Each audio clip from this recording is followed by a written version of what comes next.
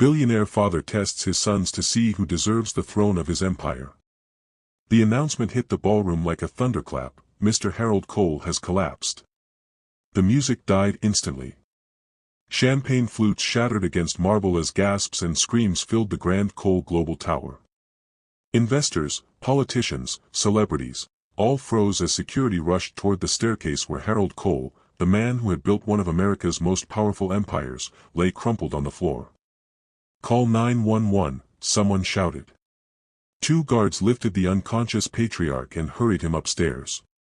His face was ashen, his body limp, and for the first time in decades the empire looked vulnerable. The panic spread like fire. Phones lit up as shareholders texted brokers overseas. Rumors shot through the crowd: is he dead? What happens to the company? Some investors whispered about pulling out before dawn. Logan Cole, the eldest son, pushed through the chaos, his voice sharp. "Clear the floor. No one panics under my watch." His tall frame and commanding tone gave the illusion of control, but his eyes betrayed a flicker of fear.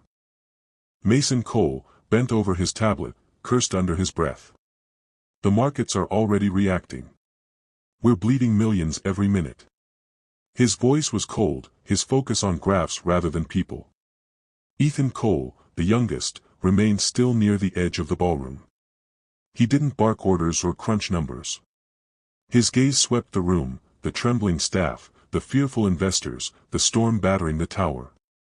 He saw something his brothers did not: the empire was collapsing not just on paper, but in spirit. David Lynn, the COO, tried to steady the room. "Ladies and gentlemen, please, stay calm. Mr. Cole is receiving immediate care." But his voice trembled. The empire's anchor had fallen. And with him gone, the night would decide who, if anyone, could hold it together. The ballroom was a hive of panic. Phones buzzed in every corner, investors pacing, muttering about exits and losses. The storm outside rattled the windows, but inside, the storm of fear was louder. Logan Cole rose first, commanding attention with a sharp gesture. "Ladies and gentlemen," he boomed, his voice echoing under the chandelier, "you know me. I've walked beside my father for 20 years. He built this empire on strength, and that same strength flows through me. Calm yourselves, Cole Global stands unshaken." Some investors quieted for a heartbeat. His voice carried authority, his posture was immaculate. But then Claudia Morgan, a hedge fund manager, cut in coldly: "Logan, faith doesn't stop money bleeding. Our capital is evaporating now. What are you doing about it?" The question cracked his veneer. Logan repeated himself louder, fists clenched on the table. "Confidence is everything. If you believe in me, the world will follow." Mason Cole stepped forward before the silence grew unbearable. His eyes glowed with calculation. "Confidence isn't a strategy. Look at the feeds." He held up his tablet, graphs flashing red. "I've already ordered server reroutes through Singapore. If we don't contain liquidity now, we collapse. My algorithms will stabilize the market." Investors leaned closer, intrigued, but Mason's voice was ice, his gaze locked on numbers, not people.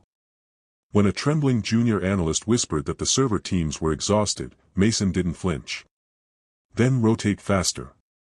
This isn't about comfort, it's about survival." The investors shifted uneasily. Some nodded at his precision. Others frowned at his coldness. And then Ethan Cole finally spoke, his voice calm, almost quiet, yet it cut through the chaos. "You're not just losing money tonight, you're losing trust. Trust isn't restored by shouting or algorithms. It's restored by proving people matter. If you don't steady them, nothing else holds." The room went still. For the first time, silence wasn't fear, it was listening. The chandelier lights flickered again, then cut out completely. A second later, the ballroom screens, normally streaming real-time financial feeds, flashed red with a warning that made the air itself tighten. "System breach, critical cyberattack detected." Gasps tore through the crowd. Phones buzzed with error messages, connections failing one after another. A terrified assistant stumbled into the room, clutching a laptop. "Sir, the servers are under attack. Firewalls breached. If we don't contain it, customer data is gone, billions in accounts, wiped." Panic returned in full force. Investors shouted over one another, their voices colliding in terror. "My fund. Our European assets. Shut it all down." Logan slammed his hand on the table, his voice rising above the storm. "Everyone, calm yourselves. We've been through worse. Cole Global is unbreakable. Do you hear me? Unbreakable." His declaration echoed powerfully, but the investors' faces betrayed doubt. Words couldn't patch broken servers. Mason pushed past him, seizing the laptop from the trembling assistant. His fingers flew across the keys, eyes lit with intensity. "The attack is flooding ports 80 and 443. Classic overload." He barked orders at the technicians nearby. "Cut traffic, reroute through Singapore, isolate the corrupted nodes." He didn't even look up as he spoke. The room stilled, hypnotized by his command of the machines. For a moment, it seemed Mason had the crisis in hand. Then the assistant whispered, "Sir, the teams are exhausted. They've been up for 18 hours already. They can't hold much longer." Mason didn't hesitate. "Then replace them. This isn't a charity, it's survival."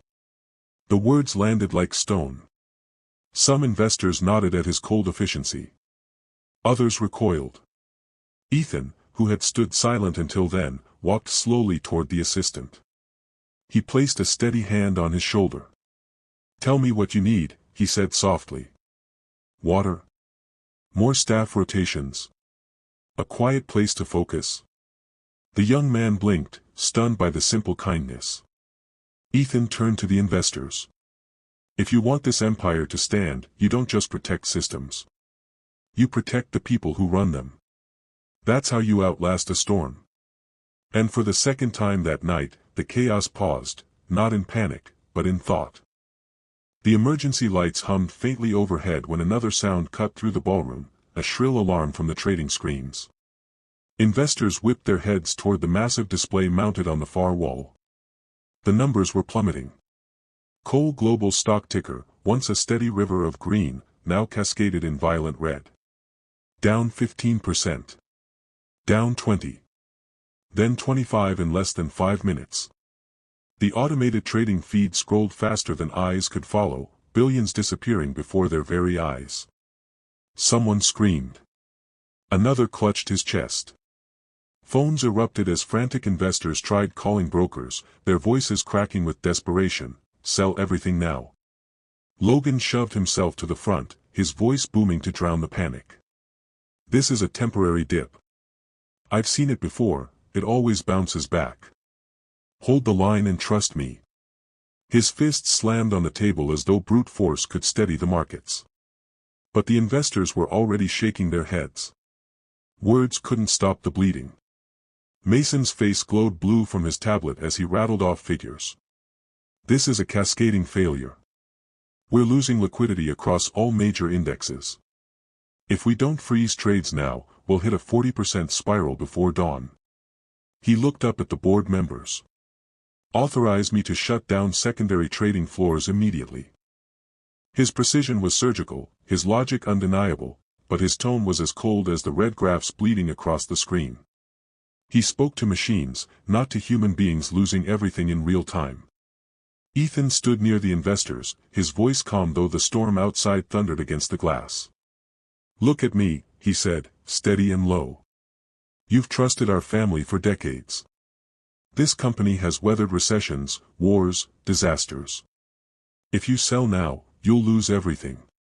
But if you hold, if you stand with us, we'll climb back together." For the first time, the panic softened. Some phones lowered. A few investors, trembling, nodded slowly. Not because the numbers had stopped falling, but because for the first time tonight, someone had spoken to their fear, not just their money. The screen still bled red when another voice shattered the uneasy quiet. A woman in a dark suit stepped forward from the edge of the room, clutching a file folder tight against her chest.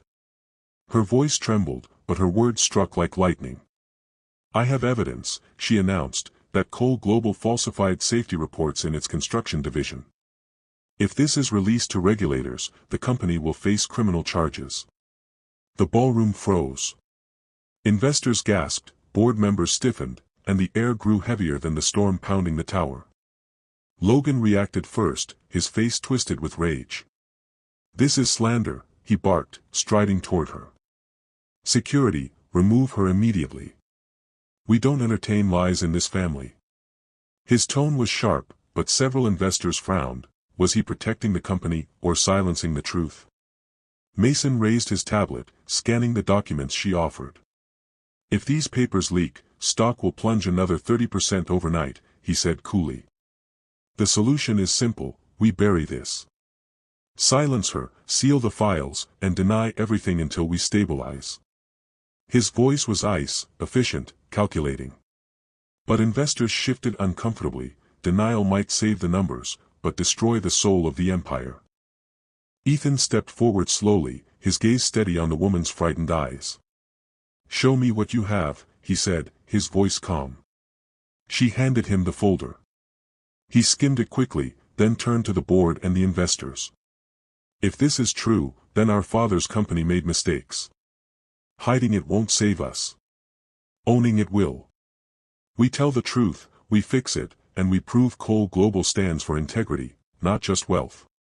The silence that followed was deafening. Some investors looked furious, others stunned. But for the first time, a few pairs of hands came together in quiet applause. Logan's fists shook. Mason's lips curled in contempt. But Ethan's calm presence seemed to expand, filling the void left by their father's collapse. For the first time, the investors weren't just considering survival. They were considering legacy. The applause was faint at first, only a handful of hands. But in a ballroom where panic had ruled every heartbeat, even a few claps echoed like thunder. Ethan closed the folder and placed it on the table in full view of the investors. "If Cole Global is strong enough to survive this storm," he said, his tone steady, "then it is strong enough to survive the truth." Logan's face flushed crimson. He slammed his palm on the table so hard the crystal glasses rattled. "This is insanity," he roared. "Do you all hear him? He would drag us into scandal, destroy our reputation, and hand ammunition to every rival circling this empire." His voice cracked, and for the first time, his fury seemed desperate rather than commanding. Mason leaned forward, his voice low and surgical. "Ethan is naive. Integrity doesn't protect portfolios. Silence does. If we bury this, investors keep their billions. If we expose it, you all burn with him." But the room no longer felt like it belonged to Logan or Mason. The board members who had looked to them moments earlier were now watching Ethan. Some investors nodded at his words, others, though nervous, stayed seated rather than rushing to sell. The balance was shifting. David Lynn, the COO, broke his silence. His voice was measured, but his eyes betrayed the weight of the moment. "Gentlemen, understand this: Cole Global is hanging by threads. If we fracture now, there may be no company left for any of you to inherit." Logan turned on Ethan, pointing a trembling finger. "You're not saving this empire, you're tearing it apart." Ethan met his brother's fury with calm. "No, Logan. What tears it apart is fear. What saves it is trust." The investors, once frantic, leaned forward. For the first time all night, their faces carried not just fear, but a fragile hope. The storm outside roared louder, rain slamming against the tower glass as though the city itself knew the empire was cracking. Inside, the shift was unmistakable. Eyes that once looked to Logan and Mason now lingered on Ethan. Hope, faint but real, had begun to take root. Logan couldn't stand it. He paced the floor like a caged animal, sweat beading at his temples. "You're fools," he snapped at the investors. "All of you. Ethan is playing with your emotions. He has no idea how to run an empire." His voice wavered, betraying the panic gnawing at his certainty. Mason, colder, sharper, adjusted his glasses and leaned toward the board. Listen to me. If you follow him, you will be ruined. I can still save the numbers. Authorize me to lock down the systems, silence this so-called whistleblower, and freeze all outgoing trades. Do that, and by morning the storm passes. His words were precise, almost seductive in their logic, but the tone was laced with contempt, as though he was addressing machines, not people. Ethan remained still, the folder of alleged evidence lying untouched on the table between them. He didn't interrupt, didn't raise his voice. His silence seemed to weigh more than their shouting. Logan saw it. Rage surged. He stormed toward Ethan, jabbing a finger into his chest. You think you can sit there calm while our family name drowns? You've always been the weak one, the dreamer. You'll burn us all. For a moment the room froze, the storm outside rattling the glass like drums of war. Ethan didn't flinch. He met Logan's fury with a steady gaze. If speaking truth and protecting people makes me weak, then maybe weakness is what this empire needs to survive. The investors murmured. A few even clapped again, louder this time. Logan's face contorted, Mason's eyes narrowed, and for the first time, they realized the unthinkable, the room was slipping away from them. The storm pounded harder against the glass, thunder booming above the city, but inside the ballroom another kind of storm was breaking. Investors who had spent the night whispering in fear were now leaning forward, listening. Employees who had stood frozen at the edges of the room began inching closer. Ethan finally rose from his chair. Not with the swagger of Logan or the sharp calculation of Mason, but with quiet certainty. He lifted the folder of allegations high enough for everyone to see, then placed it deliberately in the center of the boardroom table. This, he said, voice low but unshakable, is what has the power to destroy us. Not the storm outside. Not the markets. Not even the cyberattack. What destroys us is pretending we are untouchable. My father built this empire on trust, on promises kept. That's what I intend to protect. Logan barked out a bitter laugh. Promises don't pay dividends. You'll drag us into scandal, and every vulture in the market will feed on us until there's nothing left. Mason jabbed at his tablet, his voice sharp. The numbers are still collapsing. Do you think regulators or journalists will wait for your speeches? By morning, Coal Global will be ashes. Ethan turned from them to the frightened faces of the employees. He walked toward the trembling IT technician from earlier, then toward the waiters still pressed to the walls, then finally to the investors who had been closest to walking out. You are this company, he said, his tone steady. Not numbers on a screen. Not press releases. You. If we stand together, we can face regulators, rebuild systems, restore markets. But if we hide, if we lie, then Coal Global is already dead. The silence that followed was different. Heavier. Hopeful. And then, an investor rose. Claudia Morgan, the hedge fund manager who had been Logan's harshest critic earlier, tapped her pen against the table. I came tonight ready to pull my billions out. But I'll tell you this, if Ethan Cole leads, my money stays. A ripple spread through the room. One by one, others nodded. The tide had turned.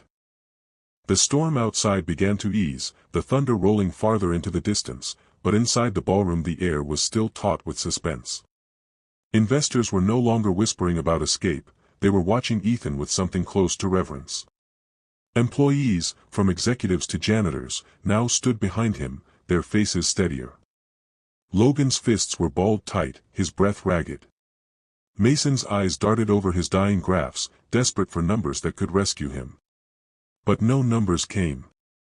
Then the doors at the far end of the ballroom opened. Slowly, supported by two guards, Harold Cole himself stepped inside. The room erupted, gasps, shouts, and disbelief. The patriarch who had collapsed hours earlier now walked forward, pale but smiling faintly, as if he'd been watching a show only he understood. Father, Logan whispered, half in relief, half in shock. Dad, you shouldn't be here, Mason said quickly, tucking his tablet to his chest. But Harold raised a hand, silencing them both. His voice, though weakened, carried the weight of a man who had commanded boardrooms for half a century. I have seen enough. Every eye locked on him as he reached the table and rested a trembling hand on the folder of allegations. Everything you faced tonight, the panic, the breach, the crash, even this so-called scandal, it was all by design. Gasps rippled through the room. Logan staggered back. Mason's mouth fell open. Ethan remained still, his jaw tightening in realization. Harold's gaze swept across them, sharp and deliberate. I needed to know, not who could give the loudest speech, not who could crunch the fastest numbers, but who could lead when the storm hit hardest. Who could steady not just the markets, but the people who make this empire stand. Logan shook his head violently. You set us up. You humiliated us in front of everyone. Harold's eyes burned into him. No, son. You revealed yourselves in front of everyone. Silence fell heavy. The test was over, and the answer was clear. The silence in the ballroom was so complete that even the fading thunder outside felt distant. Harold Cole remained standing, his hand steady on the folder of evidence, his sharp gaze fixed on his sons. Logan broke first, his voice desperate. Father, this isn't fair. You staged chaos, then judged us in the middle of it. I was ready to lead, I gave the strongest speech, I demanded order. Harold's face hardened. You barked like a general, Logan, but you calmed no one. You thought leadership was about dominance, but fear answered you with silence. You never asked what others needed, you only demanded they follow. Logan's face flushed crimson, his fists trembling. Mason stepped forward quickly, his tone clipped. Then surely you see I was the one who kept us alive. I isolated the systems. I froze the bleeding. Without me, the empire would already be bankrupt. Harold turned his eyes on him, disappointment plain. Yes, Mason, you saved numbers. But you lost people.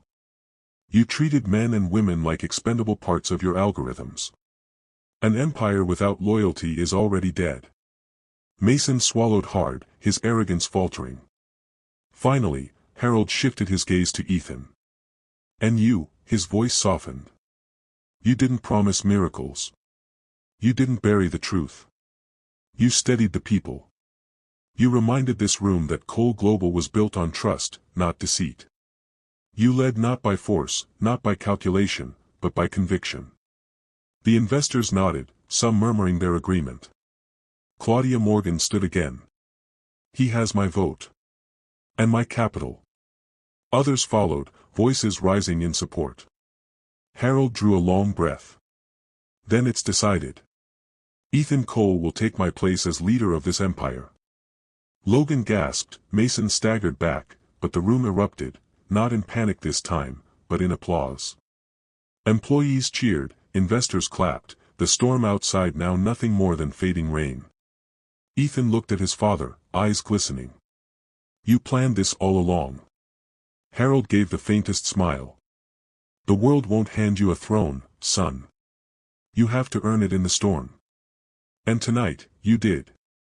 The applause swelled until it filled the hall, echoing across the skyscraper and into the night, the sound of an empire reborn.